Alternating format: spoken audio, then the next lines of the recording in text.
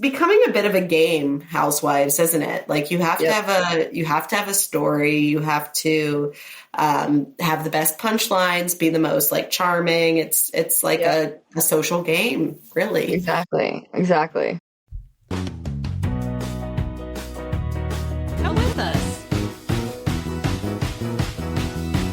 Let's reality test. Welcome, friends, to Reality Test. What is reality testing, you may ask? Well, it's something we all do when we check our subjective or personal emotions, thoughts, and so forth against objective or fact-based reality. So here in Reality Test, we're going to be testing the castmate realities and the producer antics of our favorite reality TV shows against what we know as licensed psychologists about the reality off of our TVs. We hope you'll join us as we attempt to reality test. That's it. Thanks, y'all. Now check out our campy theme song.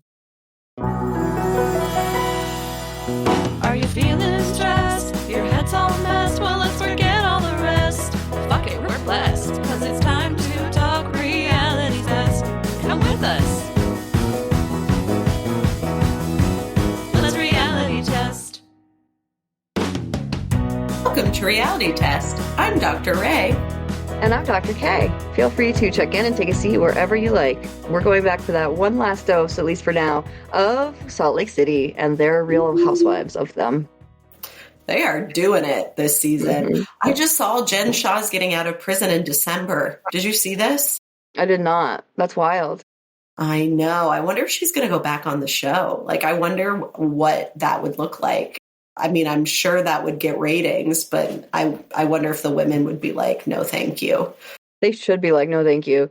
I feel like Andy should be like, no, thank you. I think it'll say a lot about him if he brings her back on. Yeah, it would be interesting to see what will come from this. But yeah, apparently she's getting out of prison in December, which is, my goodness, looking at the calendar, right around the corner. That's a good point. It like is December. Jesus. Time flies, man. It has been such a fast moving semester. I agree. It's like already 2026. I don't know what happened. It's like we just got here, and now we're moving on. I'd like it to be 2029 or whatever year that guy's out of office.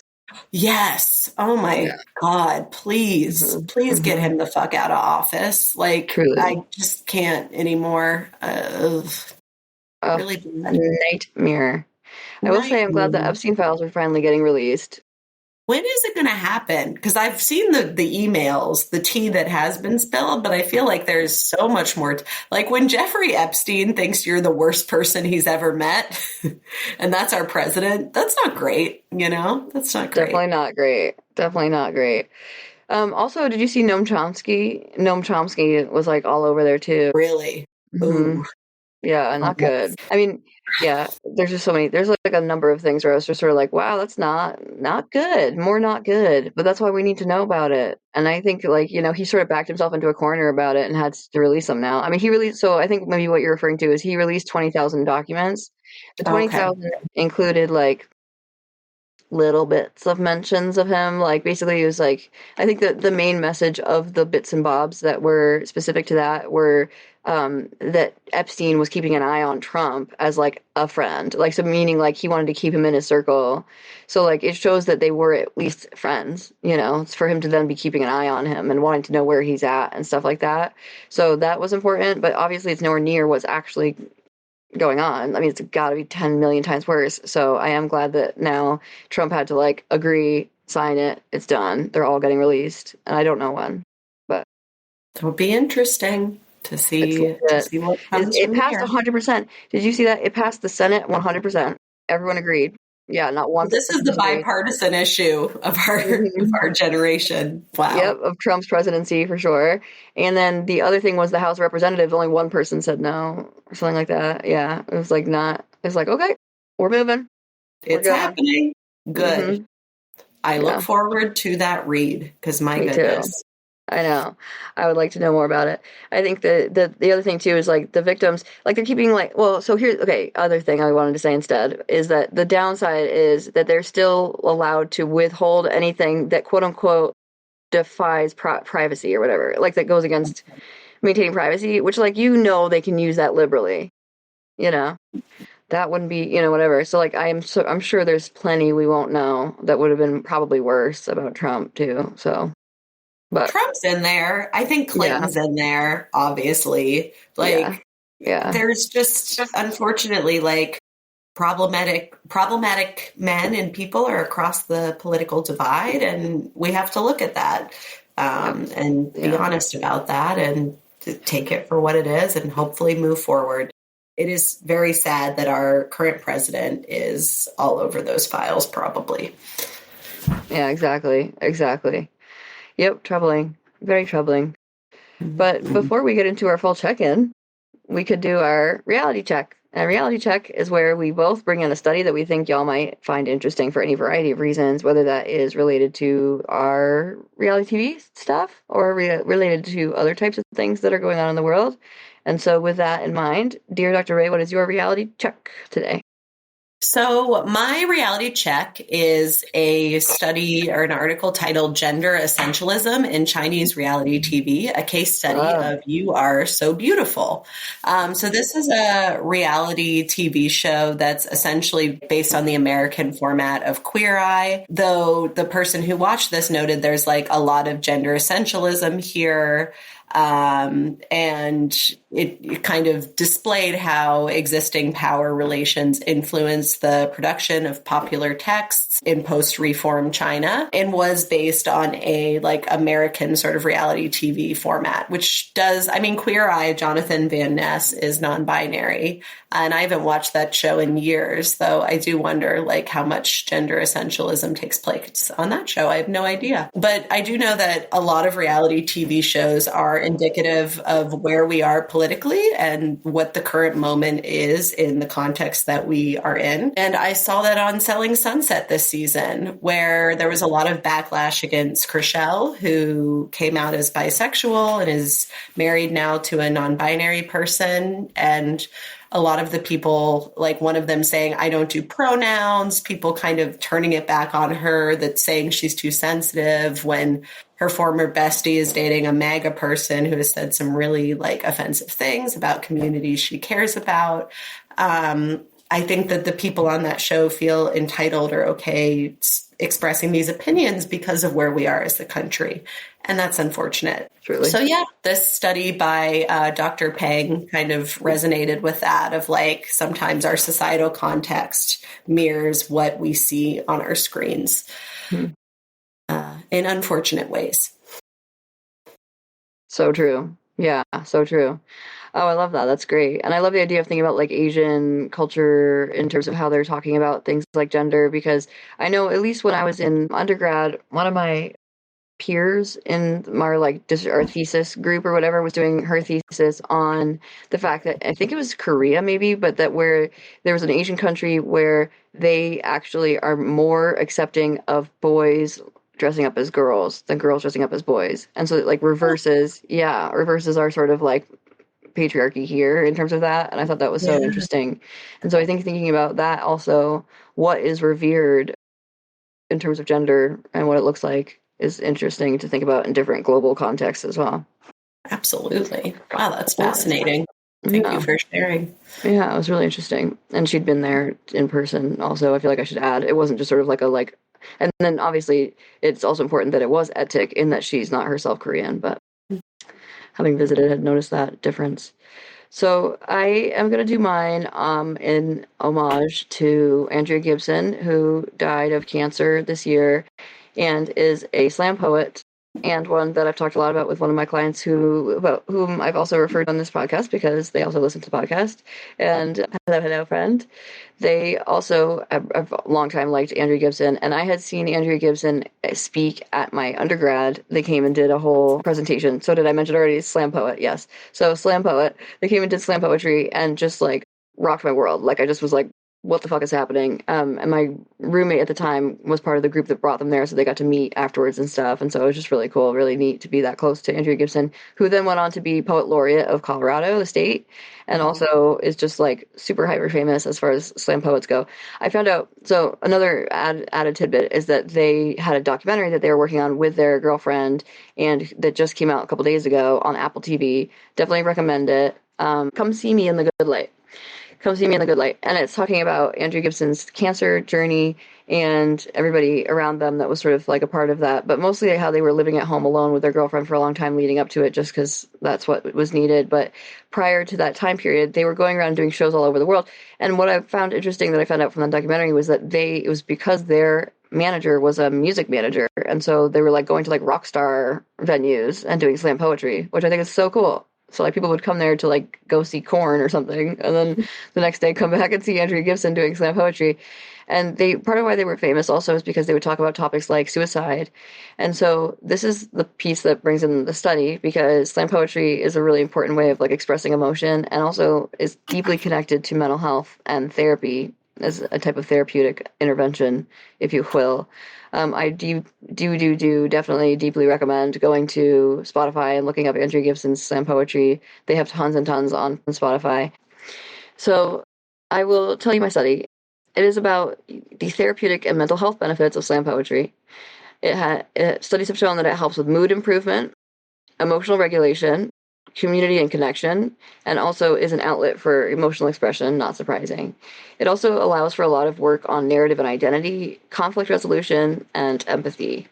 So one example of one study is from 2016 called Slam Poetry, an online intervention for treating depression. So the use of slam poetry as an online, right, because it can also be written, it doesn't have to be performed. Slam poetry, though, the part of what is really powerful about it is the way that it's performed, and so I do love that. But also videos, you can use videos online to be able to do online intervention with it. So this study found that the data showed an overall increase in positive emotion words and decrease in negative emotion words when surveys were done of participants after each stage of the study in which they were doing slam poetry. And so the text analyses indicated a greater percentage of positive over negative words used by participants in their free responses in the surveys, supporting the hypothesis that engaging in slam poetry online can be a globally accessible and effective tool for improving mood. The authors are Ruchti, Ruchti, Becker, McKee, Heron, and Swalling. And then the other thing I wanted to bring up was that this is a U.S. thing, but in England it is starting to burgeon. It's a burgeoning area in England. And so this one person wrote about that and sort of going to England, and they summarized a number of studies, so I just wanted to bring in their points here. So they show that self-expression, emotional capacity, and the pursuit of meaning in contemporary culture are all enforced when enacting a slam poem. The ability to recognize emotions and explore and guide them through the modality of poetry is indicative of EQ, or emotional intelligence. And then empathy, interpersonal dynamics, and expressions of self are also all linked to EQ and promoted through this.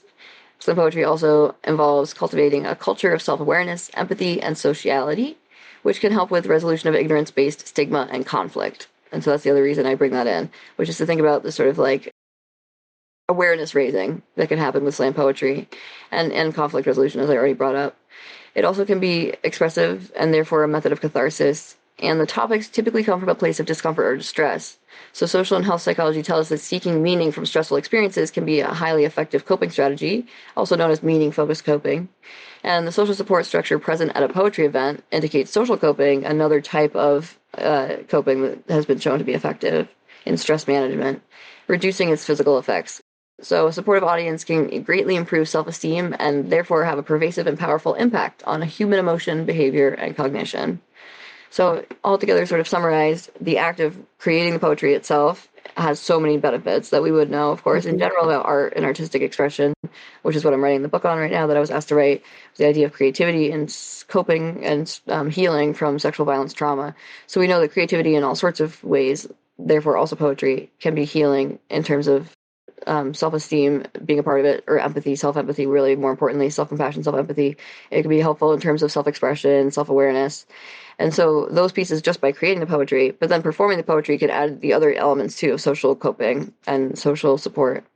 So I thought that was really important to bring in, and it's something that I think about a lot with Andrea Gibson, where they even specifically say, and they're trans, so they use they pronouns, Andrea Gibson even specifically says that it saved their life. So poetry saved their life, and it makes a lot of sense. And so I think that that's a piece I wanted to bring in today as through the study, because I highly recommend listening to it as well. I think it's another form of healing, is imbibing, or like in taking in, eating, digesting.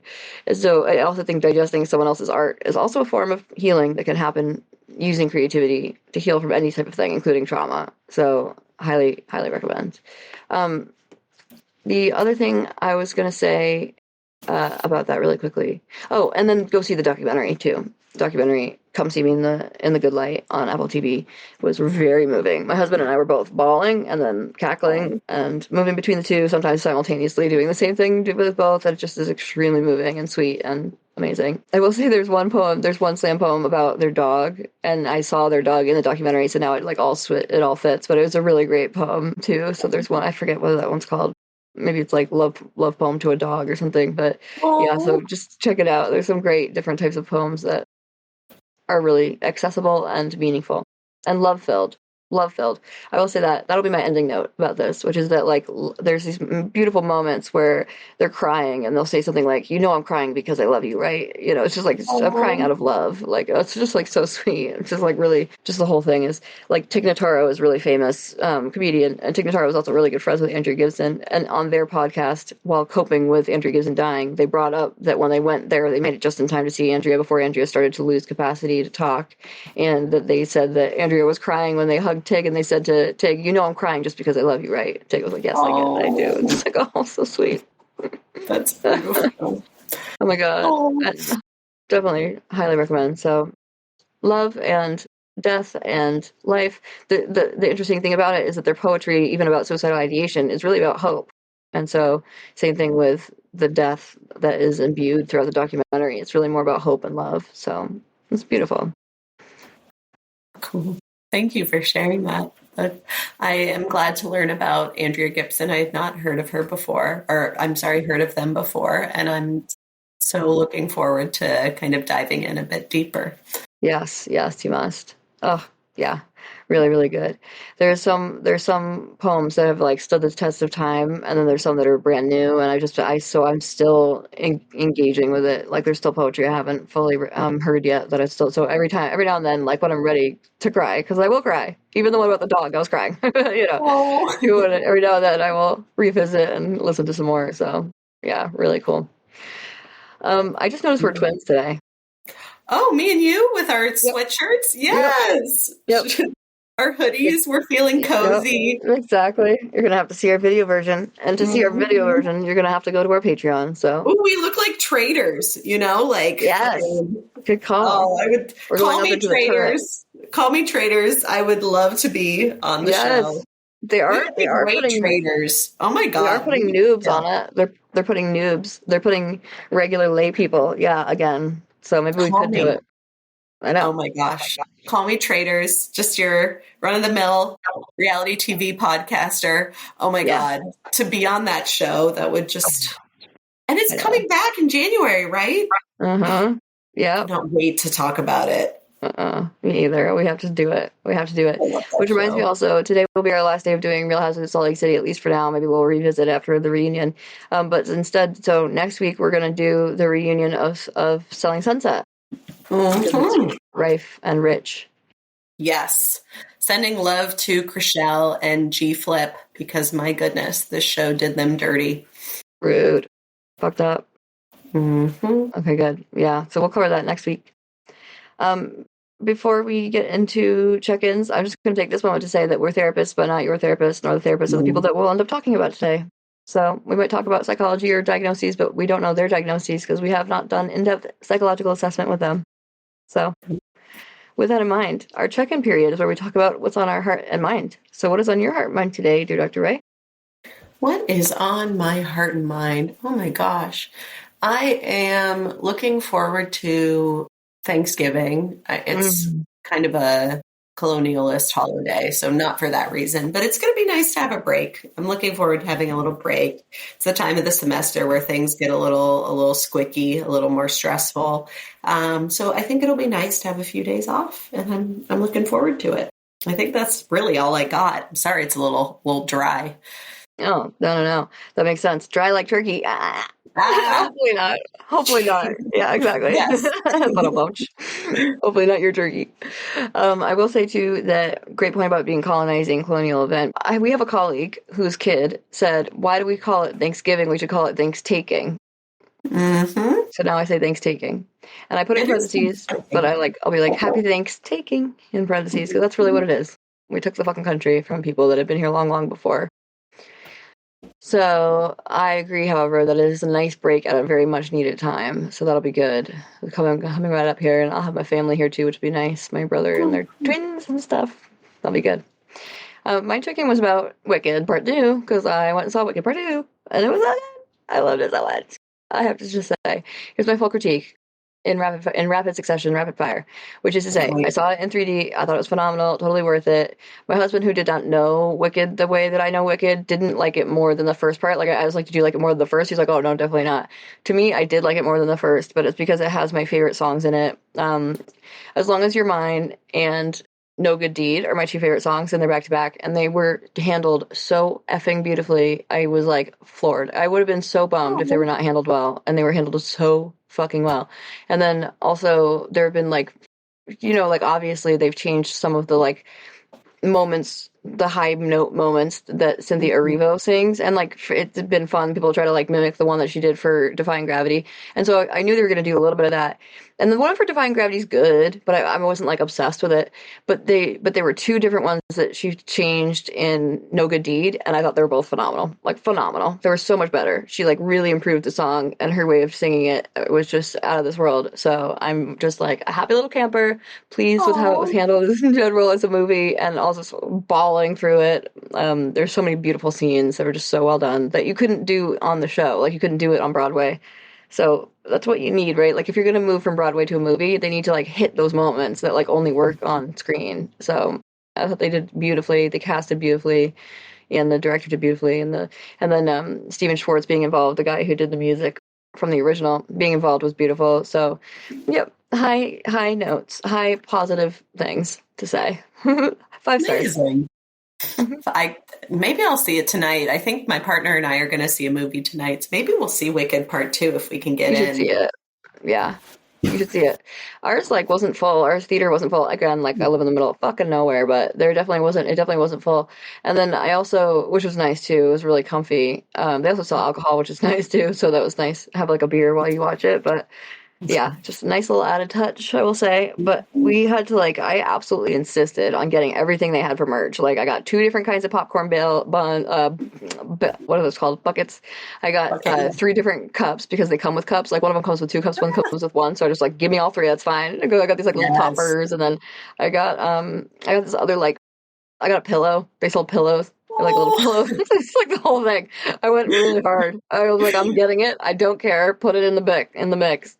So I have some good merch. I mean, because ultimately, like, I'm not gonna buy shit like that online. Like, I'm just not the type of person to do that. And so if I don't get it at the movies, then I just won't have anything. And I like little trinkets. They're fun. So. Oh, Dr. K is a musical aficionado, and it sounds like you were served by Wicked Part 2, which I'm so glad to hear. I was. They brought in the good. They brought in the good for good, which is the name of the movie. Wicked for good. Yes. I can't wait to see it. You're convincing me. I was thinking about what to see tonight, and I think I'm gonna have to see the new Wicked. I think you must, and you must tell me what you think. Yay! Yeah. Good stuff. All right, cool. So that gets us here to our portion about the actual episode that we're talking about, and we're going to be talking about Real Housewives of Salt Lake City, and Dr. Ray is going to start us off with episode 8. Just a reminder that we're only covering scenes from these episodes that we have a segment about, which we're still going through our awards. So these are our 8 awards with the word test in them. If you've been here a long time, you know what those are, but if not, then you'll notice there's some words that we say we're like something to do a test, and we're going to try to remember to tell you what those awards are as we go through, and we give them to them. And then we also cover some scenes that are all cast, but mostly any scene that's not, we'll just say like the title basically of the scene and then keep it moving. Indeed. Yes. Thank you.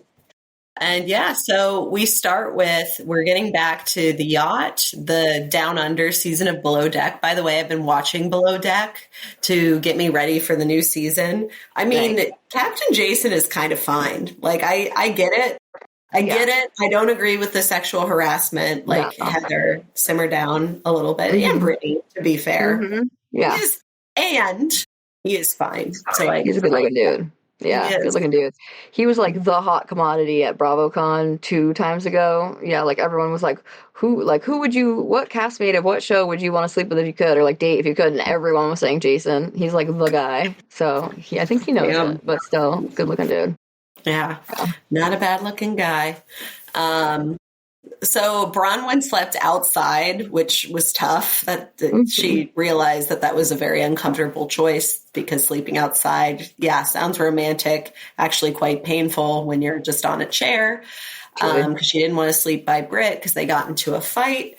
And unfortunately, Bronwyn hears Lisa and Britt talking about her after one of them said, if you're not there, like, I won't talk, you have to be there, blah, blah, blah. I say it to your face. And she's literally hearing them talk negatively about her. So it was frustrating. Wow. Then we have an all-cast breakfast. Brittany comes to join, and soon after they're talking about her trying to get Jason to stay over the night before. She was definitely pulling some stuff for sure. Yep. It cuts to this scene where she had Jason come check her AC, which was pretty cringe. It was so cringe. Yeah, and I actually had a segment for it. Well, yeah, pretty cringe is exactly right, because it's the segment I gave. So the segment, this award is called Doing the Most Test, and that is when something's the most cringe or embarrassing, and I totally agree it was effing cringe. And I want to go a step further and say, actually, like, wildly inappropriate, because what happens is she comes out, like, hair kind of, like, coming out of a towel, wearing, like, a sports bra and shorts, and so her, like, stomach's out, and she looks fit, very fit, of course, but she, like, literally, like, blocks his entrance, like, so that he would have to, like, graze her to come into the room. Like, she's, like, asking him to come in and check the AC, but she's, like, standing right close to him, and he has to sort of, like, sidestep her to get around her to go in. And I just feel like that's really inappropriate, friends. It's like, you know, obviously not as bad, but like sort of like adjacent to when people stand in the way of you leaving the room, right? Like, she's like blocking his entrance, so he has to get close to her. And it just felt very much, again, like right in the ballpark that we were talking about just seconds ago, about like how inappropriate they were being about Jason. Yeah, that's not cool. Not good. Not nice. Ugh. So yeah, that cuts to that scene. And then Lisa makes a whole thing about people piling on and talking about Britt and Jason, making it very clear she didn't think Jason was into Britt. And she even asks Daisy if she'll back her up that he doesn't like Britt. It just seems kind of unnecessary. Yeah. And Daisy's just like, I have no idea. I'm staying out. I'm so glad they got Daisy, by the way. I really like her on other seasons. Great. Yeah. It's like an all-star cast that they put on the Below. It's like that chef guy, that one guy who's a total douche. Yeah. Like, what is his name? Joao or something? Joao, yes. I can't stand him, but he's good TV. So exactly. And then Daisy being like, oh, fantastic stew. Chief stew. Love her. Yeah. She's great. Yeah. And then who says, was it Lisa? We shouldn't be talking about someone when they're not there. Yeah, it was Lisa. Yeah. And Bronwyn was pissed because she just heard Lisa talking about her. Lisa doesn't deny any of it and just doubles down as if it's okay because it was all true. Angie adds to everyone that Lisa apparently said after the dismissed party, Todd was making out with one of my friends while farting the entire time. It probably is true, TBH, like with what we know now. Yeah. They all go to the beach, and Angie and Bronwyn talk about Lisa, talking about Todd. Angie says she regrets not supporting Bronwyn more about that, which I thought was kind of her. And meanwhile, Lisa's on the beach getting a massage from a crew member. I don't know. It's weird. They go snorkeling. It seems like actually Heather and Bronwyn are like vibing because Bronwyn has found a way to like rise above it all, I guess. Yeah. Good on her. Mm-hmm. Lisa talks to Mary about Meredith not supporting her in public.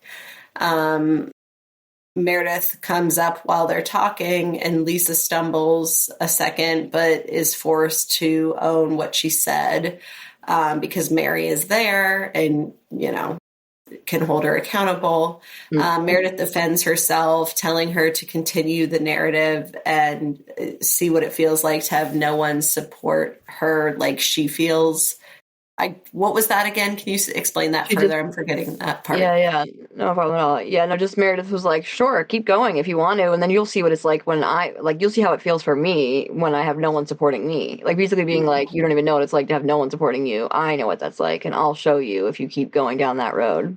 Yeah. Meredith does very quickly go to like her own place of victimhood or feeling like centering herself and her marginalization, which I think sometimes causes difficult situations, like what happened on the plane. Sure. Mary tells Meredith, you're not a good friend, and I think you're boring. Go find a good story you can tell because right now you're a snooze, which shows like a level of awareness. It's interesting. I feel like over the last couple of seasons, she's shown an awareness of like public perception. Yeah. Which, it seems like she's aware of like the kind of, it is becoming a bit of a game, Housewives, isn't it? Like you have to have a story. You have to have the best punchlines, be the most like charming. It's like a social game, really. Exactly. So, yeah. And then Heather, Bronwyn, and Britt get back from snorkeling. Heather says, I never thought I could have so much fun with Bronwyn so quickly. They swam with a stingray. Never have I ever doesn't go well. So they do a race to drink and run back. Meredith hops on Whitney's back running. Definitely think that was to look less boring. You're probably right about that. Right. Heather has deckhand sit on her lap and she puts her hands on his chest and also says, woo, ride him cowboy. Did not like that. No. I felt this was my testosterone. I think I mentioned it last week, but just the ways in which Heather was kind of sexually harassing both Captain Jason and the crew was a little like, it was just too much. And like, I think it's great that she's sex positive and like, it's important to be aware of when you're in a position of power over someone and how you're kind of using that power.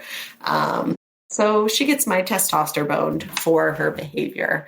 And I believe she will do. I believe that she will take the feedback and go with it because I think that's the kind of person she is, truly. Yeah. Like, I think she wants to do better. So I hope that she will. Mm-hmm. Me too. Great point. Yeah. Bronwyn gives Angie a seahorse blow-up costume. I think they were going to go to Heather's room, and then Angie gets trapped in the door and her bloody finger. That was bad. And then I felt bad. It felt like people were blaming her for being clumsy, and I'm like, she's not okay right now. No. Yeah, exactly. I was even just say, because I had it was like maybe even a broken finger. And Bronwyn, like, because one of the things they said when they were like like kind of blaming her is Bronwyn was like, gosh, how does he handle you at home? Are you like this at home? And it's like, I was sort of like, that's like so rude. And it reminded me of, and I had done this as like a bonus segment because it's sort of like, I had put it as something we've mentioned before. Because it's like another example of where Bronwyn just like sort of misses the like real girl's girl moment. You know, like that was like not a girl's girl thing to say. And was shaming. Like Angie's had a tough time on this ship. She was sick. Now she's got her finger stuck in the door, and it's embarrassing. And so she needs to be like built up as opposed to like made fun of. It wasn't nice. Exactly. Yeah, that's excellent. Then the real zombies of the yacht apocalypse meal. Oh my God.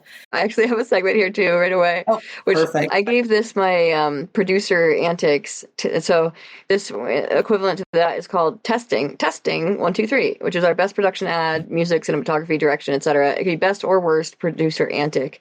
And for me, I actually liked this one. I know I bashed the Blair Witch Project one where I just was like, why are we doing this? What's happening?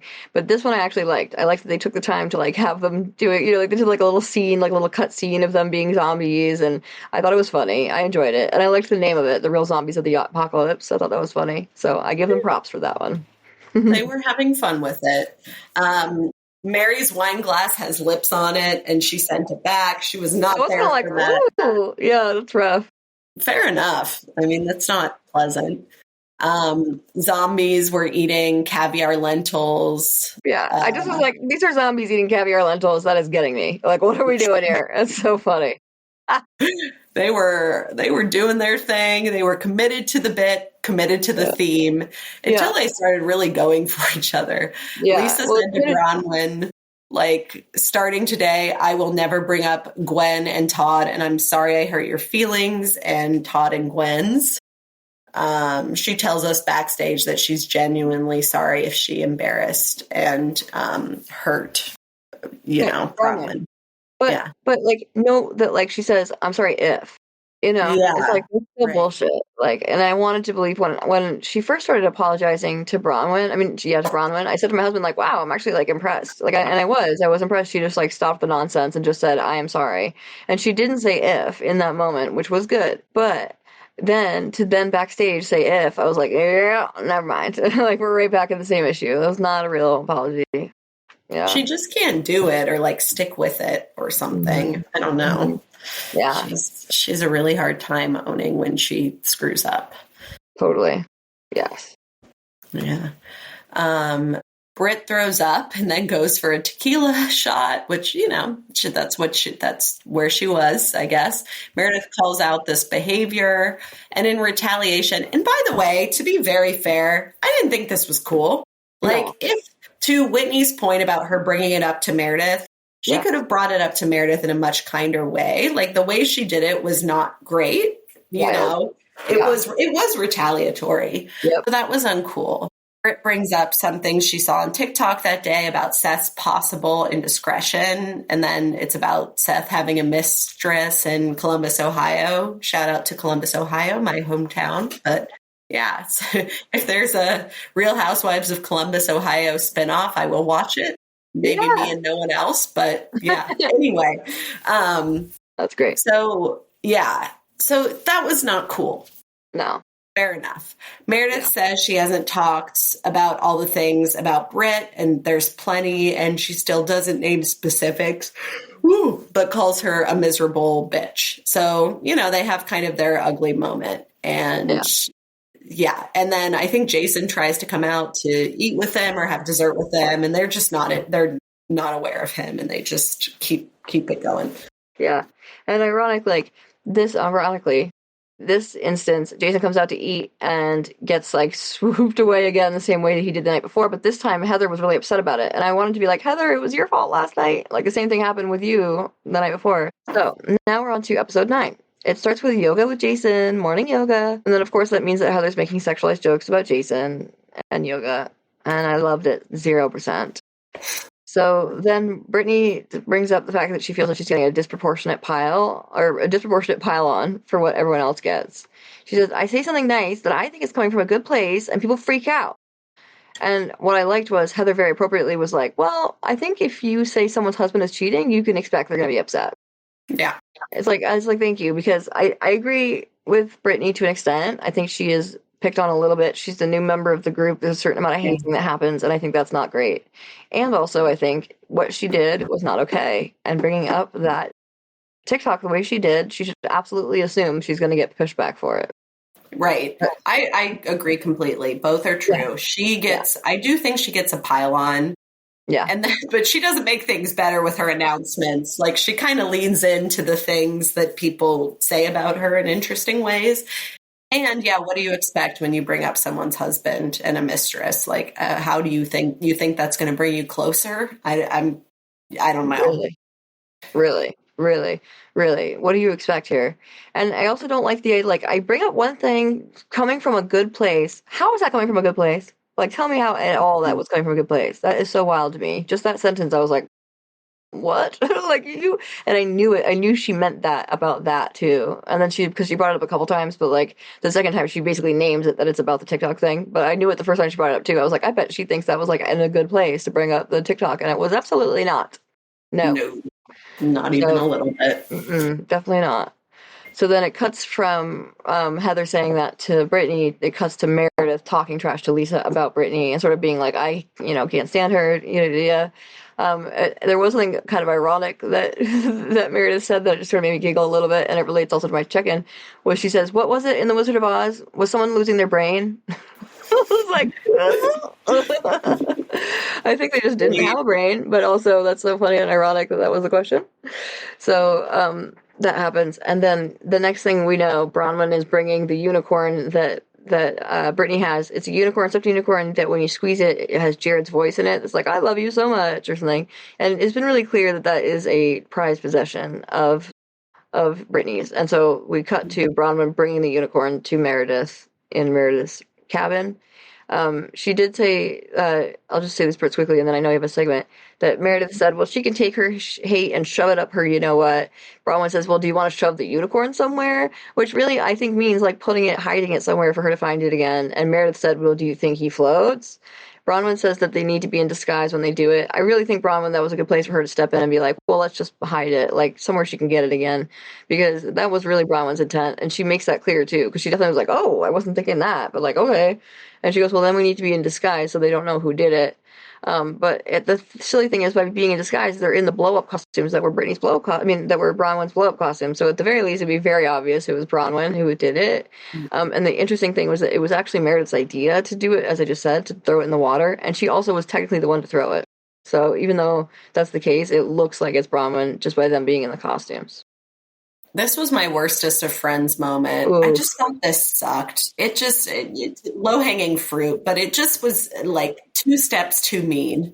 Like, yeah, I don't know, maybe this is childish of me, but I still remember when my brother and I were fighting and he once threw my snowman Melton out the window and like went into the mulch, and I was so upset. So I think I had a visceral, and there's plenty of shit from childhood I don't remember. For whatever reason, Melton, like, by the way, Melton, I still have Melton. I love my Melton. I love my little snowman. But it's just shit like that it just feels so callous to me. I don't know why. I had like a visceral, like, and I almost like, what's that word? Anthropomorphizing it. Yep. Yeah. It's just like, I don't know. It's a stuffed animal. It's important to her. She brought it with her. It felt like pretty mean to me. And yes. I think they took it too far. I didn't like it. I didn't endorse it. Again, I'm not saying Brittany's behavior was great. It wasn't. No one's saying it is. And also, Meredith, by the way, you do that shit and then you think you need to pile on the plane. Like, give it, like, enough's enough. Like, Dow half protest too much. You're doing too much here. I thought that was mean. Yeah, I totally agree. And you're right. It's like a childhood thing. Like, we grow up with stuffed animals as kids. It starts to take on a different meaning. And so, like, you're right, there's an element of it that is closer to us than just a stuffed animal. It's like it now has a sentimentality to it, and because it also reminds us of childhood, it has an extra sort of attachment element to it as well that makes it really not okay. That's like a line you don't really cross in terms of that. And then because it has Jared's voice in it, one of two things. One is that I can see it having even more meaning for Brittany, because it's like she's captured his voice saying something loving to her, and so that makes it more important. And it almost seemed to give Bronwyn more confidence taking it, because they're like, we all hate Jared, so like it makes it more okay that we get rid of this. And so like that was a real bummer. Yeah, I totally agree. Really, definitely worstest of friends moment. And particularly on Meredith's part, but really both. I mean, Bronwyn initiated even bringing the unicorn in, but Meredith initiated really getting rid of it for good. Yeah, it was just too mean.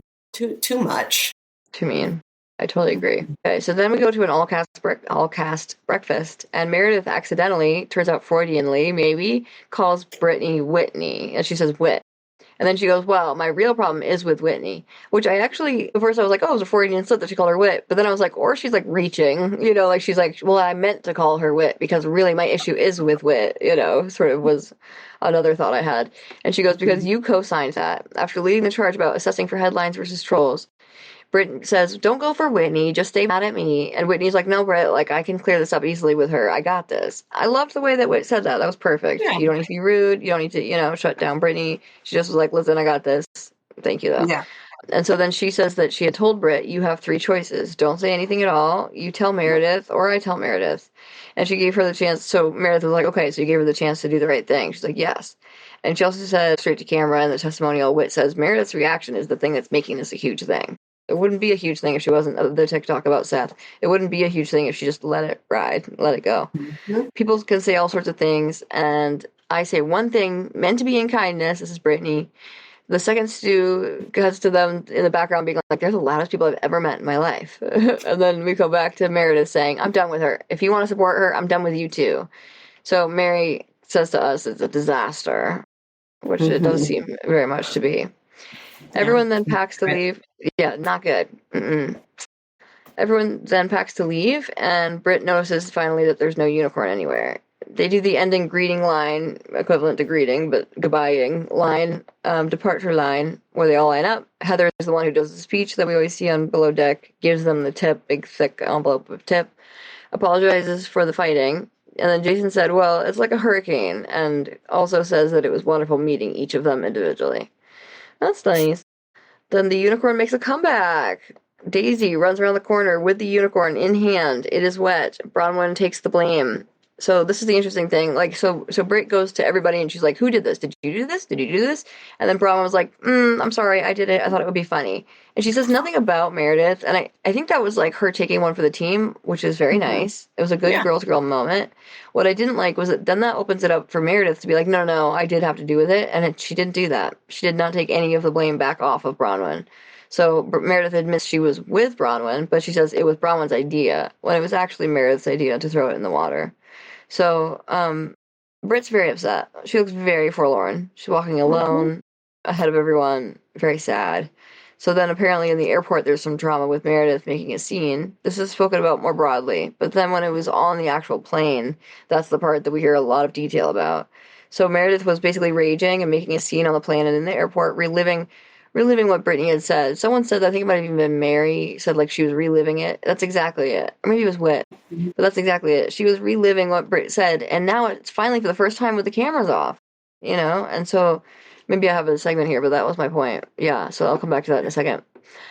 So she's calling her names, calling Britt names, talking loudly so the entire first class could hear it.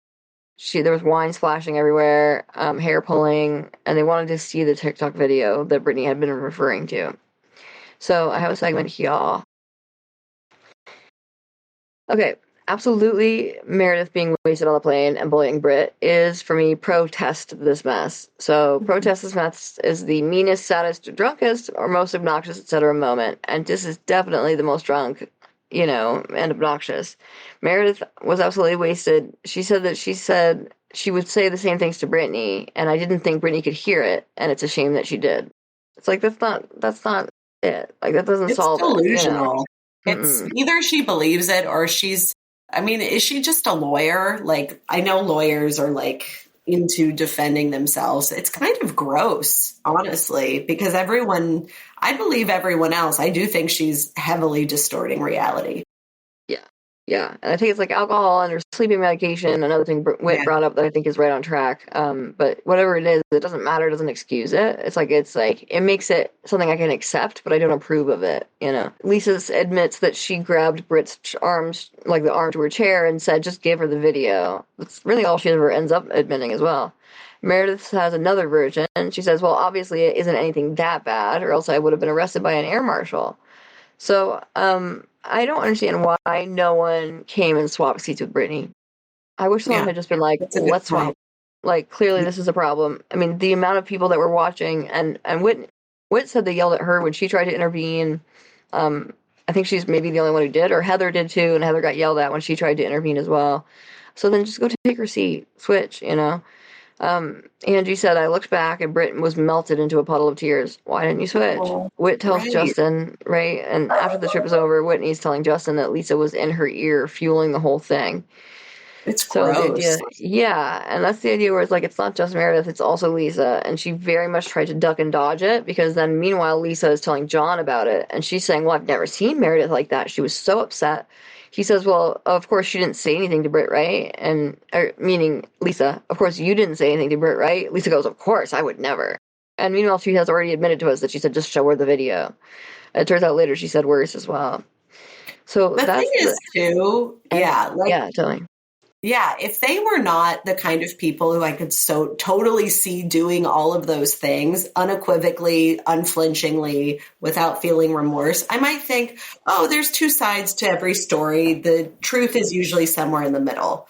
I think probably this is like 85% the truth we're getting from everyone else, and probably 15% them. I believe that in my gut. It just feels true. And I think that's why everyone is kind of like, you're clearly lying, because they're just so obviously mean girls. They've shown that season after season. Right. Yeah. Totally agree. Yeah. They're so clearly the mean girls, and they're so clearly not afraid to say that kind of shit to people and about people. Mm-hmm. And Meredith's whole point was like, she shouldn't have been listening. She had her headphones on. I wasn't talking to her. I was talking about her. There's no way in hell you weren't hoping she was hearing all of that. You know, and then she also like shook Brittany's chair when she stood up to go to the bathroom and probably kicked it and stuff. I mean, that's bullying. It's bullying no matter what. And then they got physical, frankly, through that. So, other scenes that are just brief, like Bronwyn and Mary talking about the flight. They had wanted Mary to go in with them. Mary says that both Lisa and Meredith had tried to get Mary to go in on Brittany with them because they know Mary doesn't like Brittany, but that Brittany insisted she didn't do that. Then we see Britt and Heather meet for lunch. And by the way, Britt is drinking wine, which is interesting because she's so Mormon and was like so mad at whoever brought wine that time. I think it was Angie brought wine to her house at one time. But I think it also speaks to how serious this had gotten for her. So I understand that as well. She talks about feeling like she'd been hit by a truck. She's like, my body feels the trauma, which is a great point because that's true. The body keeps the score. She said, I almost woke you up, Heather. It got so out of control. And 4 hours in, there was hair pulling. Mm-hmm. I had a segment here. Yeah. I appreciated that Heather owned that she had maybe not been the best friend to Brittany through all of this and took responsibility for bringing her into this group and the fact that she went through this. Like, I thought that Heather did a good job, like owning her stuff and apologizing and saying like, I will do better moving forward. I thought that was nice. I liked that moment from Heather. Like, she owned the severity of what had happened. And yeah, I appreciated it. Yeah, me too. Yeah, I thought she did great with that. I totally agree. And then she talks, Brittany also says, she grabbed my seat and shook it, going like, this one. And then Lisa said to me, you fucked up. Show her the TikTok. Mm-hmm. This was my straight to camera, because Meredith, the way she talks about it, like telling her version of the story and being so defensive, I thought was such useful information of how she is not one to take responsibility. She's one to go on the defense, which sucks. Yeah. It says so much that she admitted to some of what she did, because it's only tip of the iceberg. Like, it's so much worse than that. So Heather says that she said, leave her alone, and they came full force for Heather. I just didn't want them to know they broke me, said Brittany. Well, she didn't want to cry. Brittany said, I can't believe Lisa would turn on me like that. I've defended her fiercely when she wasn't there. It's like, that's why other people know not to defend Lisa, girlfriend. She's not a friend. Oh, yep. And then that's why everyone was like, why are you bothering with that noise? Oh, that's me saying that. Yep, I'm saying that's why everyone else, which I just said out loud to all of us here. That's why everyone else was sort of like, why are you even bothering with that noise about Lisa? Like, don't even fuck with it. Who cares? She's not going to have your back. Lisa wasn't just egging Meredith on. She was also kicking my seat and told me to my face that I deserved it. Oof. So sad. So then Whit and Bronwyn meet for lunch. Whit explains the fight, says they taunted Britt for hours, name-calling, because this is something that Bronwyn missed, because Bronwyn took a different flight home. Apparently Todd, and also Whit appropriately brings up the medication and, the alcohol and the sleeping medication, which I think is a great point, because especially from Meredith's point of view, she's like, that's not what happened at all. Like, I was awake for maybe 30 minutes or whatever, and so I think it's possible she, like, wasn't remembering whole chunks of it because of her medication. So then Bronwyn changes the topic. She talks about how Todd was accused on Twitter of looking at photos of women on a plane, like he was on a plane looking at photos of women in lingerie that were not Bronwyn. And so Whitney's like, how do you know that's real? Bronwyn was like, well, they knew what flight he was on. They brought it up, the number and time and da-da-da. And then she said, I brought it up to Todd as well. And he brought up that he thought it was probably one of my friends that spread the rumor. Meaning, like, he immediately went for Bronwyn's friends. And so her point is, like, he got so defensive, I had to believe it was true. So she told him to stay in a hotel that night because he was going on business the next day anyway. So she was like, you may go. And she said, if it was someone sending him photos and we had talked about it ahead of time, it wouldn't have bothered me. And Whitney was like, really? And she's like, well, if he had told me he wanted to sleep with other people or even together, I would at least try that. And so Whit says, well, what's the agreement? And Bronwyn says we don't have one. And so I'd rather be able to just say to Lisa, I bet he was. I picked her out for him. Yeah. Yeah. Just fascinating. I really liked that they were talking frankly about like different ways of being in relationship, and that Whitney, I think maybe for the first time, because it was alluded to in earlier seasons that she like maybe had some sort of like non-monogamous thing going on. But I liked that she was very specific. I thought it was a nice conversation, and I thought it was a good bonding moment for the two of them. So I enjoyed that combo. Exactly. Yes. Yeah.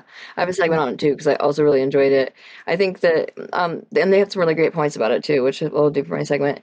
But she basically said, so this is what Bronwyn was sharing, and Whitney was like, "Right, I went through that too with Justin because we've been married together for 15 years together. We're married 15 together 17. There've been time where we've been on the outs, and I've thought we're done. But then I would be like, okay, so who's out there? And it turned out he was doing the same. We're not in an open relationship, but if there's something I want to do, then I would bring it to Justin and we talk about it. But it's the agreement that matters. We have to follow the rules. I'm not going to do anything stupid. I'm always going to get home safe and always communicate with him. Life is meant to be lived. Marriage is sacred. They're older." So this was an interesting part. She says they're older, so that's just natural that this is going to happen. She said we ended up deciding that we were just missing each other, is what it says. So I think that they're older. That's natural that it's going to happen. I think it was like sort of not true. I think that it's not necessarily like natural. I think it's not not natural, but I think it's not necessarily related to age. Like I think it's natural in general that we are as humans like attracted to other humans, plural, not just one. And so it makes sense that there will be times that you might want to, explore what it would look like to have an agreement with somebody, with your partner of any kind. So I thought that this was, I put this actually under TESTosterboned because of Todd. So I put Todd under TESTosterboned for looking at pictures of women in lingerie on a plane. I'm just confused. Couldn't it have just been porn? And like, it kind of gives me like Playboy vibes. Like, so if it wasn't, then like, what the fuck were you doing? And what were you doing like in that setting where people can see you? I don't know. It just was, I was like, sir, on the plane? Like, it's a lot. Like, yeah. And if it was porn, like, again, on the plane? Like, what are we doing here? So I didn't really like that. And then the other thing I was like, the conversation between Whit and Bronwyn, I love that. And I love the point that they bring up about how it's about the agreement. It's about the rules. You have to be it's not consensual polyamory if you're not talking about it. That's just cheating. But the point of polyamory or consensual non-monogamy is that it's consensual and you're talking about it and there's an agreement. And I just worried a little bit that the instinct came up for Bronwyn to let Todd be Todd, you know what I mean? Like it was more like, it felt more like defensive than out of an actual interest, and I worried about that for Bronwyn's sake. Like I felt like it's a Todd issue more than it is like something good for Bronwyn, Is that called like polyamory under duress or something? Right? That would make sense. Yeah. It did feel like that. So that was just sort of my concern there. But I liked the conversation that came of it for sure. Angie and Electra talk about Electra's horseback riding sports, and that really Angie would like it if she would go to the Olympics in support of Greece. And Electra was like, "That's your thing, not my thing." Mm-hmm. So then we went on to Heather and Lisa meeting for lunch. Meredith was upset, and I wanted to soothe her, and it didn't work, but it was a lot, says Lisa. And then she denies her part in the bullying, just like full on denies it. Meredith started freaking out in Barbados. Heather said, "She said you were egging her on," and Lisa said, "She did not say that." About Brittany, she said, "I just leaned over and said you should give her the TikTok. Someone should have stepped in for her." She literally says, "Someone should have stepped in for her." Lisa, how about you? You were right there. Could you have? Absolutely. But yeah, you have a second. This was my producer antics. I so wish we had plane footage. My gosh, would that have been nifty to get that plane footage? But it sounds like shooting schedules, whatever, it wasn't in the cards. But bummer, because man, there's some stuff there that would be very useful footage if it was available. Yeah, it's like the Sprinter van footage. It's like we want the Sprinter van, we want the plane. Yeah, It's missing forever. So Heather I have another. Sorry, I have another segment too, about like, whether we've seen change in people. What's that one called again? Why am I? Test results. Test results. Lisa just continues to defend her behavior, does not show an ability to reflect on how, like a more balanced thing would have been like, I can totally see where you're coming from. Like, in that moment, I was trying to be a friend of Meredith. We've had a rocky relationship. And I can totally see how maybe I went a bit too hard. And like, I would never have wanted to make Brittany feel that way. That would have been great and remorseful and balanced, but she just can't. She just can't. It's like, I didn't do anything wrong and everyone else. It's just wild to me. It really bums me out, that sort of attitude. Oh, truly. It's very childlike. Mm-hmm.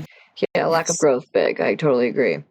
And also like victim blaming, to be like someone else, like it's not even victim blaming as much as like it's like diffusion, like you're saying, diffusion of responsibility, like moving the blame, being like someone else should have stepped in for her.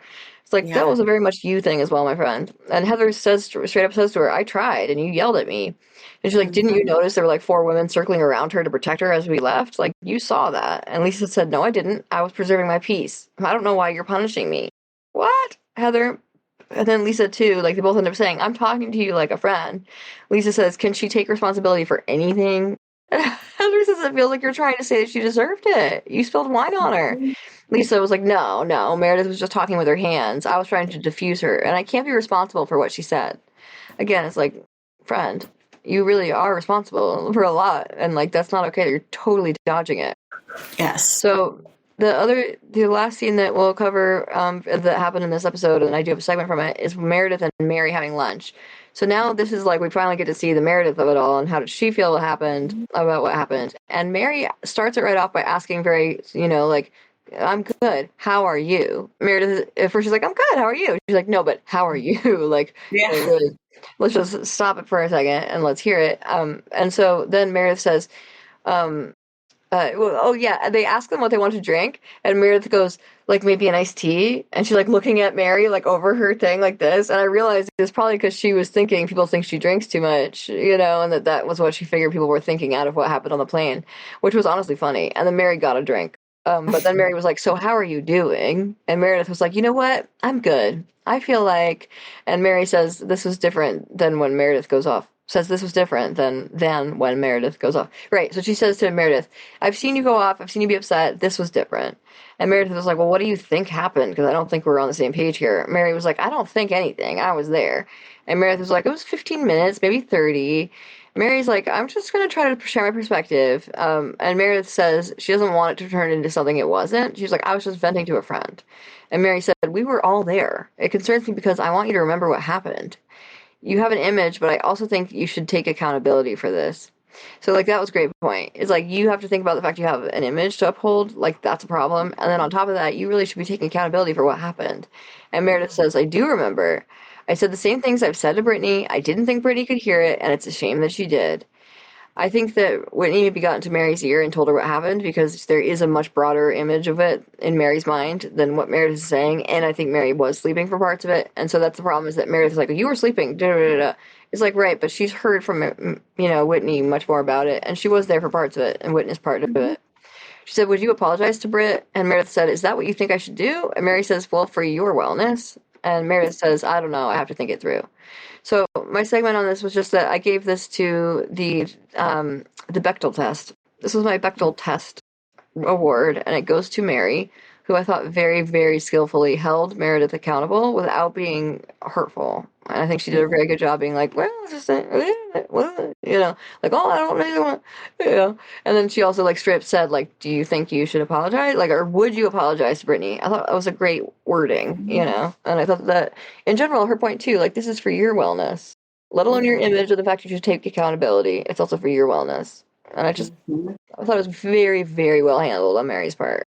Yeah, good on you, Mary. I think what you said before, that Mary might have gotten some therapy, holds true. Like, I think she's being very tactful in ways that I haven't seen previously, which is great. And that we don't see from most of the other housewives either. She has more tact than a lot of them do. Yeah.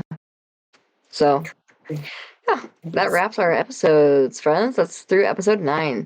So next time we talk about Real Housewives of Salt Lake City, we will most likely be talking about the reunion and sort of the last episodes or so. So come back instead next week, though, to talk about the reunion of Selling Sunset, the latest season. Yes. Yeah. Oh, it's good. Fun. It's good. It's bad. It's ugly. Yeah. We like that. But We yes. like bad and ugly. Yeah.